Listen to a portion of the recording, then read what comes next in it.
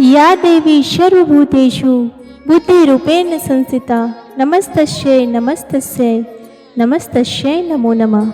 आप सभी भक्तगणों को शारदीय नवरात्रि की हार्दिक शुभकामनाएं। इसी मनोकामना के साथ आज का वीडियो प्रारंभ करते हैं। आज की वीडियो में हम सुनेंगे श्री दुर्गा सप्तशती का तीसरा अध्याय। वीडियो शुरू करने से पहले आप सभी भक्तगणों से विनम्र निवेदन है कि कृपया करके वीडियो संपूर्ण सुनें। वीडियो पसंद आए तो इसे लाइक करें, शेयर करें और चैनल पर नए हैं तो सब्सक्राइब करें। वीडियो के अंत में जय माता दी लिखना ना भूलें। तीसरे अध्याय में सेनापतियों सहित महिषासुर का वध का वर्णन है। महर्षि मेधा ने कहा, महिषासुर की सेना नष्ट होती देखकर उस सेना का सेनापति चिक्षुर क्रोध में भर देवी के साथ युद्ध करने के लिए आगे बढ़ा। वह देवी पर इस प्रकार बाणों की वर्षा करने लगा मानो सुमेरु पर्वत पानी की धार बरसा रहा हो। इस प्रकार देवी ने अपने बाणों से उसके बाणों को काट डाला तथा उसके घोड़ों व सारथी को मार दिया। साथ ही उसके धनुष और उसके अत्यंत ऊंची ध्वजा को भी काटकर नीचे गिरा दिया। उसका धनुष कट जाने के पश्चात उसके शरीर के अंगों को भी अपने बाणों से बीन दिया। धनुष, घोड़ों और सारथी के नष्ट हो जाने पर वह असुर ढाल और तलवार लेकर देवी की तरफ आया।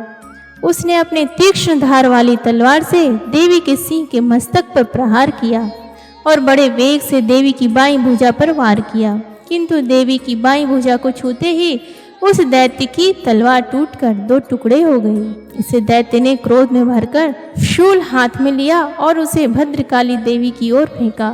देवी की ओर आता हुआ वह शूल आकाश से गिरते हुए सूर्य के समान प्रज्वलित हो उठा। उस शूल को अपनी ओर आते हुए देखकर देवी ने भी शूल छोड़ा और महाअसुर के शूल के 100 टुकड़े कर दिए और साथ ही महाअसुर के प्राण भी हर लिए। चिक्षुर को मरने पर देवताओं को दुख देने वाला चामर नामक दैत्य हाथी पर सवार होकर देवी से लड़ने के लिए आया और उसने आने के साथ ही शक्ति से प्रहार किया, किंतु देवी ने अपनी हुंकार से ही उसे तोड़कर पृथ्वी पर डाल दिया। शक्ति को टूटा हुआ देखकर दैत्य ने क्रोध से लाल होकर शूल को चलाया, किंतु देवी ने उसको भी काट दिया। इतने में ही देवी का सिंह उछलकर हाथी के मस्तक पर सवार हो गया और दैत्य के साथ बहुत ही तीव्र युद्ध करने लगा। फिर वह दोनों लड़ते हुए हाथी पर से पृथ्वी पर आ गिरे और दोनों बड़े क्रोध से लड़ने लगे। फिर सिंह बड़े जोर से आकाश की ओर उछला और जब पृथ्वी की ओर आया तो अपने पंजे से चामर का सिर धड़ से अलग कर दिया। क्रोध से भरी हुई देवी ने शिला और वृक्ष आदि की चोटों से उदग्र को भी मार दिया। कराल को दांतों, मुक्कों और थप्पड़ों से चूर्ण कर डाला। क्रुद्ध हुई देवी ने गदा के प्रहार से उद्यत दैत्य को मार गिराया।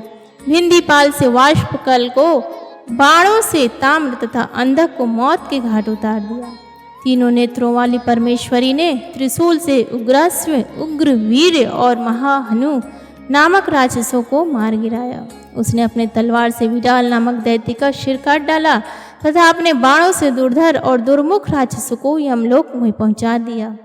इस प्रकार जब महिषासुर ने देखा कि देवी ने मेरी सेना को नष्ट कर दिया है तो वह भैंसे का रूप धारण कर देवी के गणों को दुख देने लगा। उन गणों में कितनों को उसने मुख के प्रघात से, कितनों को खुरों के, कितनों को मुंह से, कितनों को सींगों से, बहुतों को दौड़ाने के वेग से, अनेकों को सिंहनाद से, कितनों को चक्कर देकर और कितनों को श्वास वायु के झोंकों से पृथ्वी पर गिरा दिया। वह दैत्य इस प्रकार गणों की सेना को गिरा देवी के सिंह को मारने के लिए दौड़ा। इस पर देवी को बड़ा गुस्सा आया।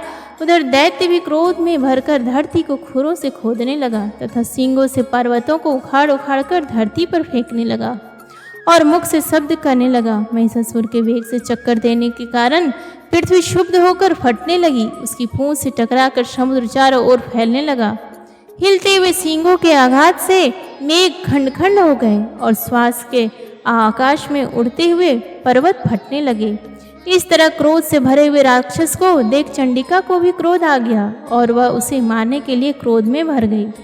देवी ने पास फेंक कर दैत्य को बांध लिया और उसे बंध जाने पर दैत्य का रूप त्याग दिया और सिंह का रूप बना लिया। और ज्यों ही देवी उसका सिर काटने के लिए तैयार हुई कि उसने पुरुष का रूप बना लिया, जो कि हाथी में तलवार लिए हुए था। देवी ने तुरंत ही अपने बाणों के साथ उस पुरुष को उसकी तलवार ढाल सहित बिंध डाला। इसके पश्चात वह हाथी के रूप में दिखाई देने लगा और अपनी लंबी सूंड से देवी के सिंह को खींचने लगा और गरजने लगा। देवी ने अपनी तलवार से उसकी सूंड काट डाली। तब राक्षस ने एक बार फिर भैंसी का रूप धारण कर लिया और पहले ही तरह चर अचर जीवों सहित समस्त स्त्रीलोकों की व्याकुल करने लगा। इसके पश्चात क्रोध में भरी हुई देवी बारंबार उत्तम मधु का पान करने लगी और लाल लाल नेत्र करके हंसने लगी। उधर बल वीर तथा मद से क्रुद्ध हुआ दैत्य भी गरजने लगा। अपने सींगों से देवी पर पर्वतों को फेंकने लगा। देवी अपने बाणों से उसके फेंके हुए पर्वतों को चूर्ण करती हुई बोली, ओ मूढ़, जब तक मैं मधुपान कर रही हूँ तब तू गरज ले, और इसके पश्चात मेरे हाथों तेरी मृत्यु हो जाने पर देवता गरजेंगे। महर्षि मेधा ने कहा। यूँ कहकर देवी उछलकर उस दैत्य पर चढ़ जाई और उसको अपने पैर से दबाकर शूल से उसके गले पर आघात किया। देवी के पैर से दबने पर भी दैत्य अपने दूसरे रूप से अपने मुख से बाहर होने लगा। अभी वह आधा ही बाहर निकला था कि देवी ने अपने प्रभाव से उसे रोक दिया।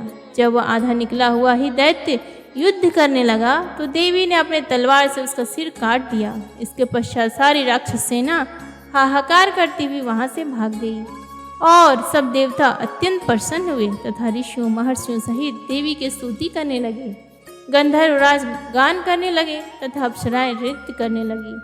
श्री मार्कंडेय पुराणे सावर्णिके मन्वंतरे देवी महात्म्ये महिषासुर वधो नाम तृतीय अध्याय संपूर्ण। प्रेम से बोलिए देवी दुर्गा मैया की जय।